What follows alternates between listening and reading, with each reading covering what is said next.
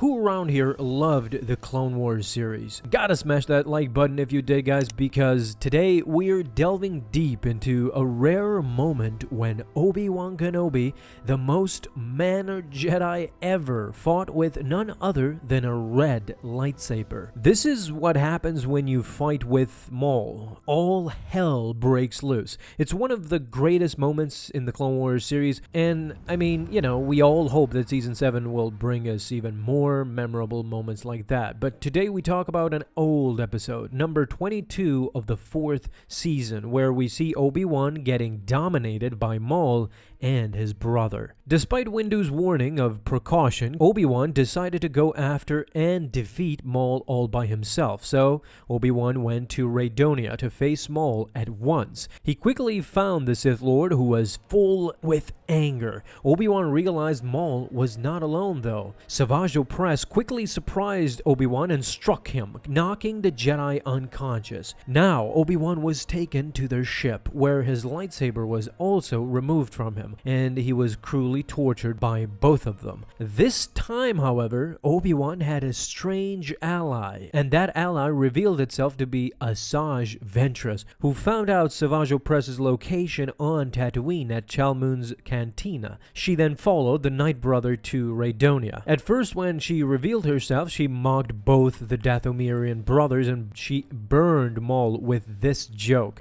A brother? Looks like he's half the man you are, Savage. You gotta love that, but what's most important is that when teaming up with Obi-Wan, she lends her lightsaber to the Jedi Master. This is what he says to Asajj. That's fine. Red's not my color. Ready? Like you even had to ask. Now, of course, one could just say that he was a Jedi, so he wasn't a fan of red lightsabers, but let's dive a bit deeper into how hard was it for Obi-Wan to use that dreadful red lightsaber that he wasn't a fan of. So let's start with a young Obi-Wan, when he was just a Padawan learner. The two Jedi he was inspired by and looked up to was a fellow learner in Quinlan Vos and his own Jedi Master, Qui-Gon Jinn. What do both of these guys have in common? Well, where to begin, honestly? They were both individualistic, tough-minded as hell, and both had green lightsabers. So despite Obi-Wan admiring both of these characters, he decided to go with a blue lightsaber instead. He distanced himself from both in that manner, and simply admitted to himself and to the Jedi Order that he is not a rebellious Jedi in the slightest. In fact, the opposite. He is very kind and very obedient.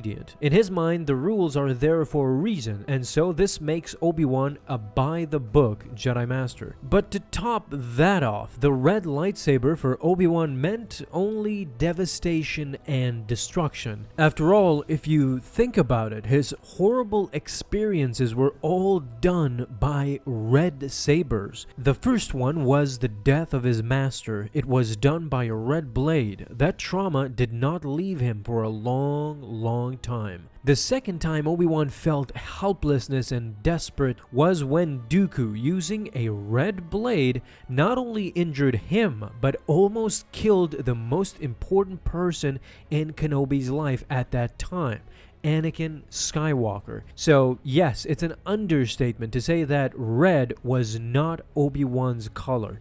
It brought him nothing but pain all throughout his life. What do you guys think about this? Talk to me down in the comments, and if you enjoyed this, guys, leave a thumbs up and hit that bell to get notified the moment a new video is out. Have an awesome day, my Star Wars friends, and may the Force be with you always.